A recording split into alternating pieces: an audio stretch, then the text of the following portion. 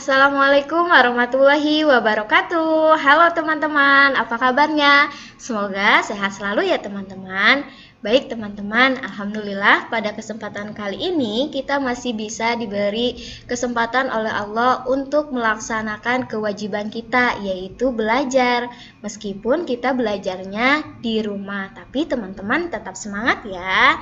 Baik teman-teman, hari ini kita masih belajar di tematik tema 2 ya, yaitu tentang menyayangi tumbuhan dan hewan. Sekarang kita sudah masuk ke subtema 3, yaitu kami menyayangi tumbuhan, pembelajaran 1 dan 2. Sebelumnya, Bunda Nurja akan memaparkan tujuan dari pembelajaran hari ini. Yang pertama, melalui video pembelajaran, siswa dapat menyayangi dan mengetahui cara merawat tumbuhan dengan tepat. Lalu yang kedua yaitu, melalui video pembelajaran, siswa dapat memahami rangkaian dari wawancara dengan tepat. Dan tujuan ketiga yaitu, melalui kegiatan Ayo Merumuskan, siswa dapat menentukan peran, hak, dan kewajiban dari anggota keluarga dengan tepat. Lalu, untuk yang terakhir yaitu adalah melalui pengamatan video pembelajaran, siswa dapat menyelesaikan masalah penjumlahan bilangan caca dengan menggunakan garis bilangan dengan tepat. Itulah poin-poin pembelajaran untuk hari ini ya teman-teman. Nah, kita mulai saja.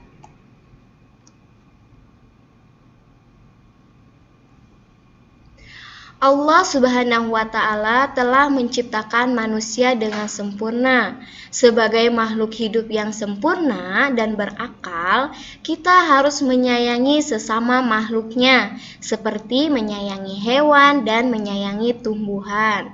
Kemarin di subtema 2 kita sudah belajar cara menyayangi hewan. Contohnya yaitu dengan dimandikan, diberi makan, lalu diberikan vitamin, dibersihkan tempat tinggalnya, dan lain sebagainya.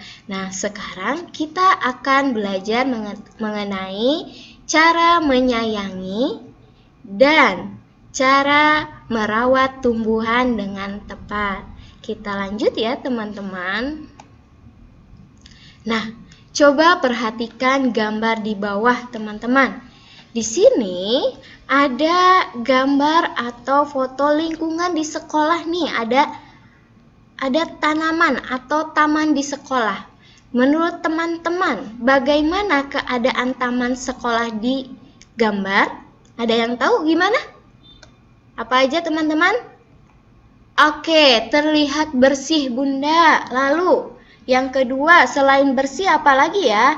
Rapi karena tertata ya teman-teman, dilihat bunga-bunganya, pohonnya itu tertata. Selanjutnya, nyaman. Betul sekali, ketika teman-teman berada di taman sekolah pasti terlihat nyaman untuk duduk-duduk atau melihat tanaman yang ada di taman sekolah. Selanjutnya teman-teman, indah, terlihat sangat indah. Ada yang warna hijau, ada yang warna ungu, ada yang warna kuning, dan lain sebagainya. Dan yang terakhir, sejuk karena banyak tanaman. Lalu kira-kira bagaimana cara kita menyayangi tumbuhan? Ada yang tahu bagaimana? Apa? Oke, good job. Dengan cara menyiramnya Bunda. Oke, apa yang teman-teman sudah sebutkan sangat betul. Nih, berikut Bunda Nurja sudah merangkum cara menyayangi tanaman. Yang pertama yaitu adalah menyiram tanaman ya teman-teman. Tanaman itu harus disiram. Boleh teman-teman pilih di pagi hari atau di sore hari. Tapi menyiramnya harus dengan air yang secukupnya ya, nggak boleh berlebihan. Karena kalau berlebihan nanti tanamannya akan membusuk.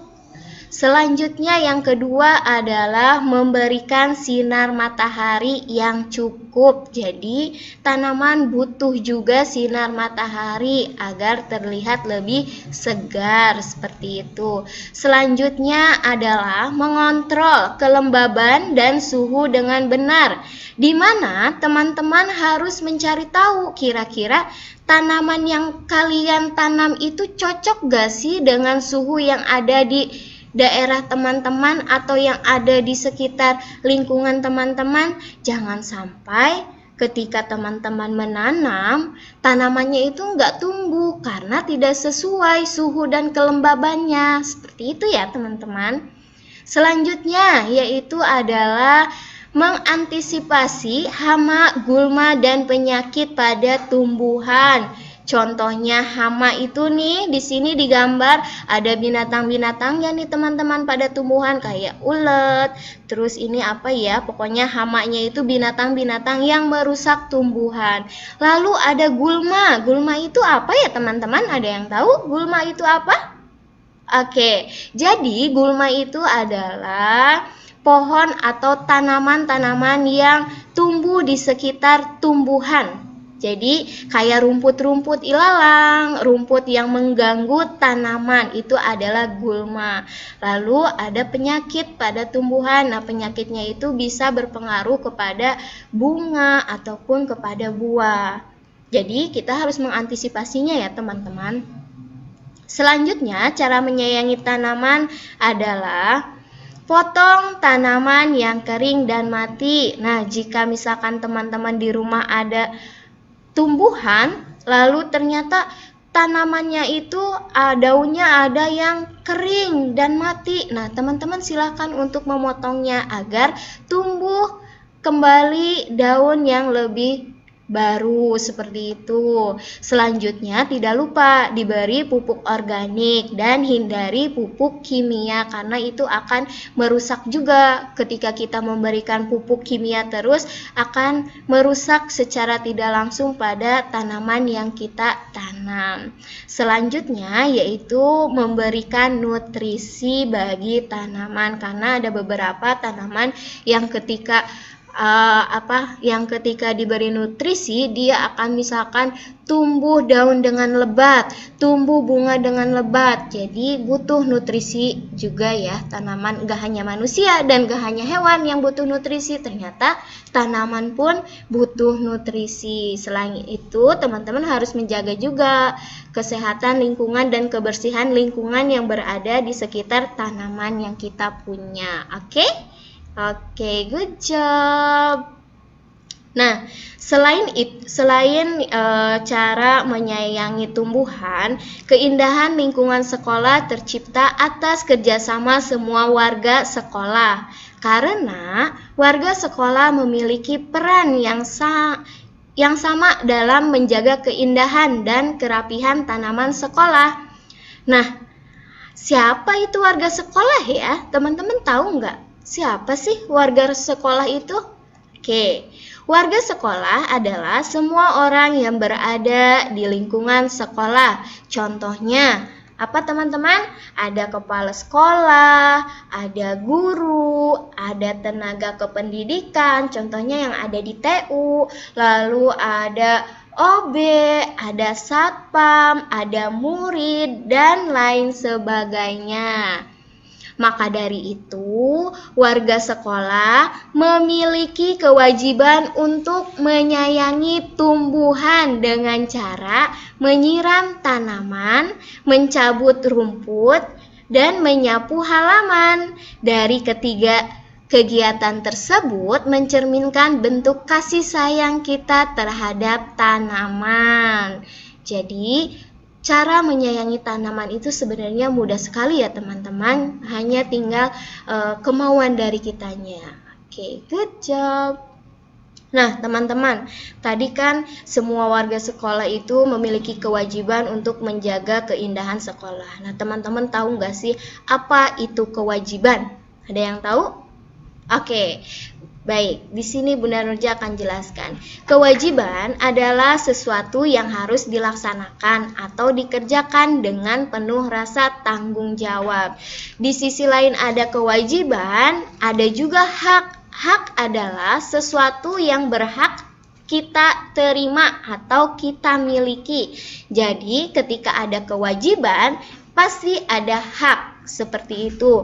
Contohnya, ketika dalam sebuah keluarga, ya, keluarga itu terdiri dari ada ayah, ada ibu, dan ada anak. Itu adalah keluarga inti. Contoh kewajiban dan hak kepada ayah yang pertama. Nih, kewajiban ayah itu mencari nafkah atau mencari uang untuk penghidupan keluarga dan menjaga keluarga. Itu salah satu contoh dari kewajiban ayah. Hak sebagai ayah itu apa haknya? Hak yang harus diterima oleh ayah, dihormati oleh anggota keluarga, dihormati oleh bunda, dan dihormati oleh anaknya.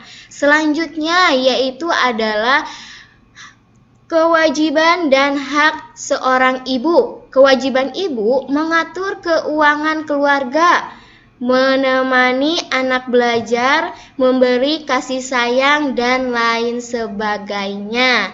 Lalu, hak seorang ibu adalah menerima perlakuan baik dan dihormati juga. Itu salah satu contoh hak dan kewajiban dari seorang ibu ya teman-teman.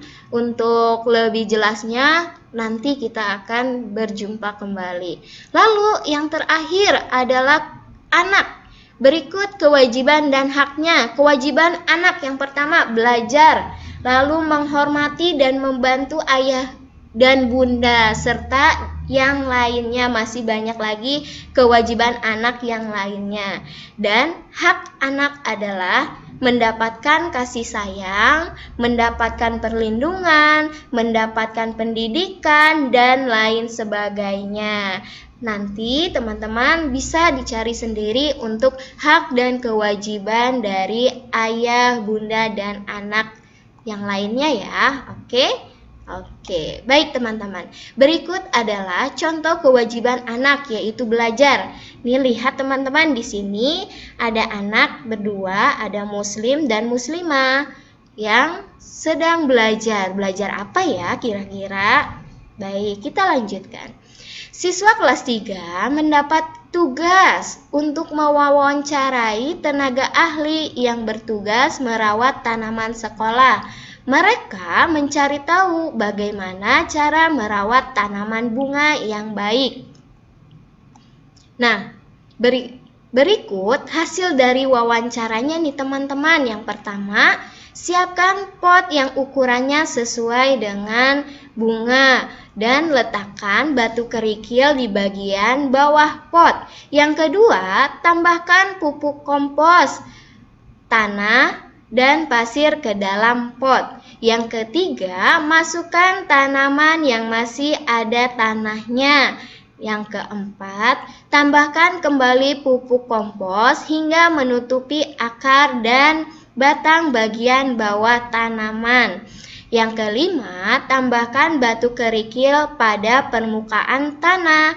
Tapi teman-teman, untuk menambahkan batu kerikil pada permukaan tanahnya tidak usah penuh-penuh ya, agar nanti ketika melakukan penyiraman tidak meluber, tidak penuh seperti itu. Yang keenam, siram secara rutin dengan air secukupnya, boleh pilih di pagi hari atau di sore hari. Dan yang ketujuh yaitu letakkan tanaman di tempat yang cukup sinar matahari.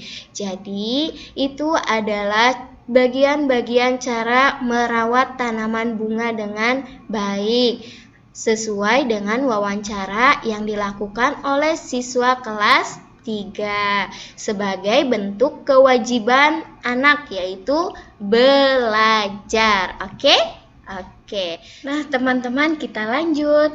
Nah, teman-teman, menurut narasumber, merawat tanaman ada cara lain yang dapat dilakukan atau dipraktekkan dalam menanam tanaman. Kira-kira dengan cara apa ya, teman-teman? Ada yang tahu? Oke, dengan cara apa ya Bapak narasumber? Oh, ternyata dengan cara hidroponik. Ada yang tahu nggak ya apa itu hidroponik? Apa ya hidroponik itu? Oke, kita cari tahu. Nah, tanaman hidroponik adalah metode penanaman tanaman tanpa menggunakan media tumbuh dari tanah. Nah, tanaman hidroponik ini adalah tanaman yang tidak tumbuh langsung di atas tanah teman-teman yang seperti biasanya, melainkan melalui media-media yang lainnya. Contohnya, nah seperti yang ada di gambar, itu menggunakan pipa paralon. Ada juga yang menggunakan gelas, jadi tidak langsung tumbuh di tanah ya teman-teman. Kalau hidroponik itu adalah metode penanaman tanaman tanpa menggunakan media tumbuh dari tanah, tapi menggunakan media yang lain. Contohnya melalui paralon, melalui gelas nih, melalui botol bekas, sesuai yang kemarin pernah kita contohkan dan kita praktekkan ya teman-teman ketika menanam kacang hijau. Nah, di sini ada beberapa medianya, ada menggunakan paralon, gelas, lalu dari aqua bekas. Itu adalah contoh tanaman hidroponik. Nah, tadi teman-teman sudah mendengarkan hasil dari wawancara siswa-siswi kelas 3. Lalu, apa sih wawancara? Ada yang tahu? Oke, good job. Jadi, wawancara adalah percakapan antara dua orang atau lebih dan berlangsung antara narasumber dan pewawancara untuk mendapatkan informasi yang tepat dan benar. Di sini ada dua tokoh, yaitu yang pertama narasumber, yang kedua pewawancara, untuk mendapatkan informasi yang tepat dan benar. Lalu, siapa sih yang disebut narasumber itu? Dan siapa itu pewawancara? Ada yang tahu siapa itu narasumber? Oke. Narasumber adalah orang yang menjadi sumber informasi yang ingin kita dapatkan. Lalu pewawancara adalah orang yang ingin menggali informasi. Ketika tadi yang mewawancarainya itu siswa-siswi kelas 3 berarti disebut dengan pewawancara. Lalu narasumbernya yaitu adalah orang yang ahli pada bidang penanaman atau pekerja yang ada di sekolah itu, bapak-bapak yang menanam, tenaga kerja yang menanam tanaman itu dinamakan narasumber.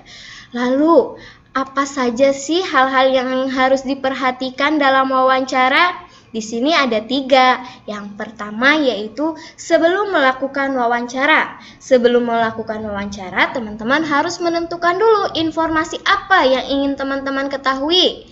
Lalu yang kedua, teman-teman harus membuat janji dengan narasumber atau dengan orang yang akan memberikan informasi. Kita harus membuat janji terlebih dahulu. Lalu yang ketiga yaitu membuat daftar pertanyaan. Daftarnya itu dimulai dari apa, siapa, bagaimana, kapan, dan di mana. Oke, dan yang kedua itu saat melakukan wawancara. Saat melakukan wawancara, hal yang paling pertama teman-teman harus lakukan adalah harus datang tepat waktu. Karena tadi sebelum melakukan wawancara teman-teman sudah membuat janji. Nah, dalam membuat janji itu ditentukan tempatnya di mana, waktunya kapan, seperti itu. Sehingga saat melakukan wawancara, teman-teman harus datang tepat waktu. Yang kedua, teman-teman harus mengucapkan salam dan menggunakan bahasa yang baik dan sopan. Yang ketiga yaitu mewawancarai sesuai daftar pertanyaan.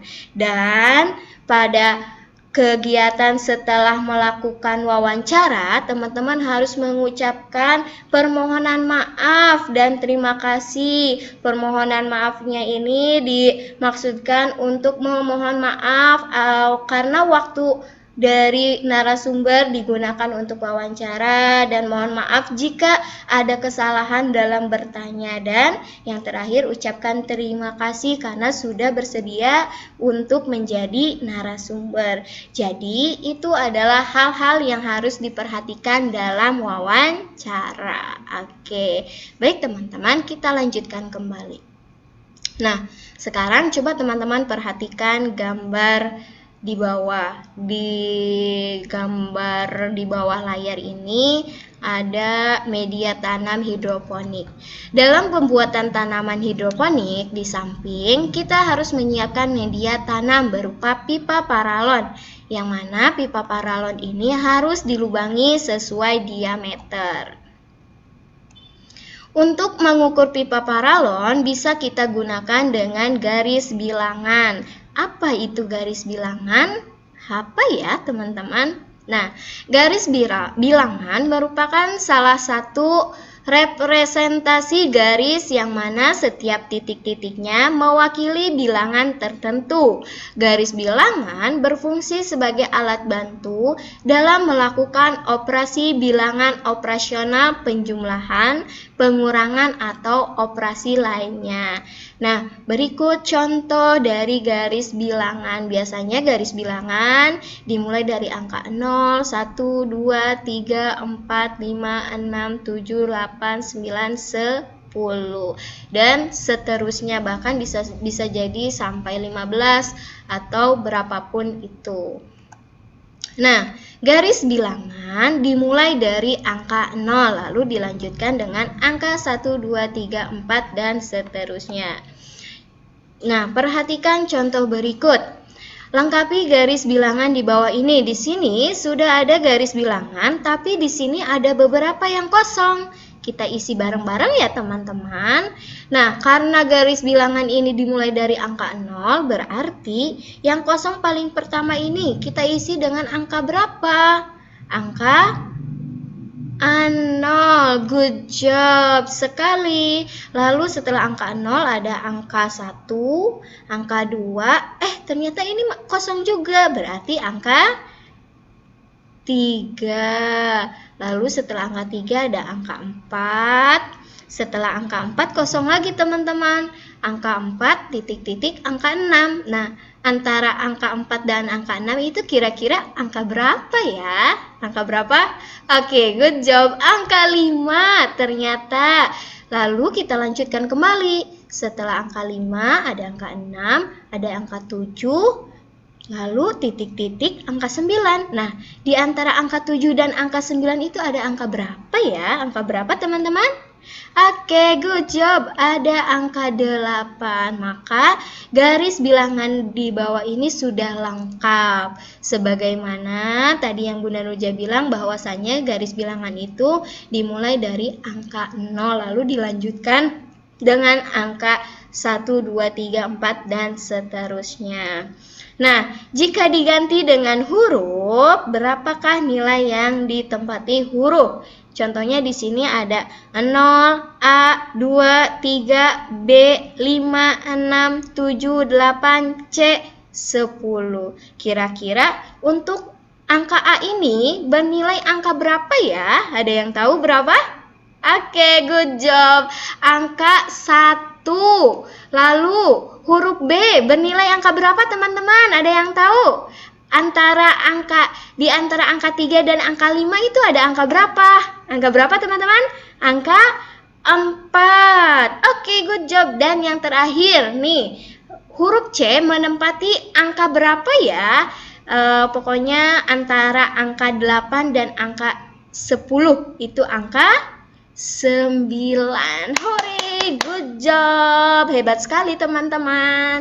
Coba teman-teman sudah bisa nih melengkapi garis yang tadinya kosong menjadi ada, dan bisa menentukan huruf yang menempati angka juga sudah bisa. Coba sekarang kita ke contoh berikutnya. Contoh menghitung penjumlahan dengan menggunakan garis bilangan. Di sini pertanyaan pertama yaitu 3 ditambah 4. Kira-kira gimana ya? Berarti teman-teman harus mulai dari angka 3. Mana titik 3? Oh, ini. Caranya kita menggunakan lompatan ya teman-teman. Karena di situ angka 3, kita melompat dimulai angka 3. 3 berarti kita mulai dari angka 3 nih. 3 ditambah 4. Lompat sebanyak 4 kali. 1, 2, 3, 4. Betul tidak ya? Coba kita lihat kembali. Perhatikan pada layar. 3 ke 4 menjadi 1 lompatan. Lalu 4 ke 5 merupakan lompatan kedua, 5 ke 6 merupakan lompatan ketiga, dan 6 ke 7 merupakan lompatan keempat. Berarti di sini kita dari titik 3 melompat ke 4. Melompat sebanyak 4 lompatan. 1, 2, 3, 4. Sehingga 3 ditambah 4 adalah 7. Maka di atas ini kita tulis angka 7. Oke, good job. Coba sekarang kita lihat contoh yang kedua. Contoh yang kedua itu di sini ada 0 ditambah 6. Berarti awal mula melompat teman-teman harus di angka 0 ya, nggak boleh di angka 6. Harus di angka 0 sampai 6 kali lompatan. Coba kita hitung dari angka 0. 1, 2, 3, 4, 5, dan 6. 0 sampai 6 itu adalah terdapat 6 lompatan, sehingga 0 ke 6, 0 tambah 6 itu sama dengan 6. Oke, berarti kita tulis di sini hasilnya adalah 6. Oke, good job sekali teman-teman. Nah, perhatikan contoh berikut. Di sini ada garis bilangan ya teman-teman, lalu kita lihat penjelasannya. Angka penghitungan adalah posisi A pada angka 2, lalu posisi B pada angka 5, dan posisi terakhir yaitu pada posisi C di angka 7. Sekarang kita lihat di gambar. A sudah di posisi angka 2, B sudah di posisi angka 5, dan C sudah di posisi angka 7. Bagaimana cara pengerjaannya? Kita lihat dulu syaratnya. Jadi, yang dilihat bukan angkanya ya, atau bukan garis pada bilangan, bukan angka yang ada pada garis bilangan. Tapi, berapa banyak perubahan posisinya atau berapa kali dia melompat. Oke, kita lihat. Dari garis A ke B, berapa kali dia melompat? Kita hitung.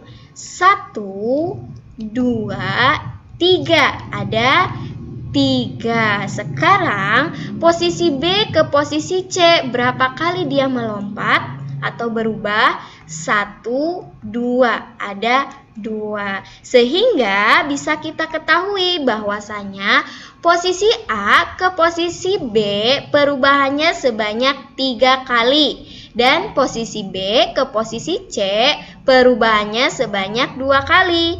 Maka penghitungannya, teman-teman di sini silakan yang pertama tulis posisi A ke B berapa perubahan tadi? Ada 3, good job. Lalu 3 ditambah posisi B ke C berapa perubahan? Ada 2 perubahan, sehingga di sini tinggal dijumlah. 3 ditambah 2 sama dengan 5. Jadi ingat ya teman-teman, di sini yang dilihat bukan angka yang ada pada garis bilangan, tapi lebih dilihat ke banyaknya perubahan posisi. Melompatnya berapa kali, dilihat dari berapa kali dia melompat. Oke? Oke, kita lanjutkan.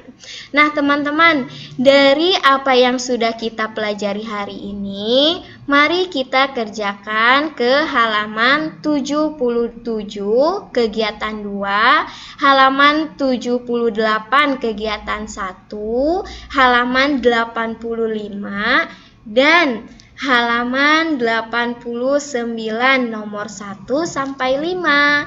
Jika teman-teman sudah menyelesaikan tugasnya, silakan teman-teman kirimkan ke bundanya masing-masing.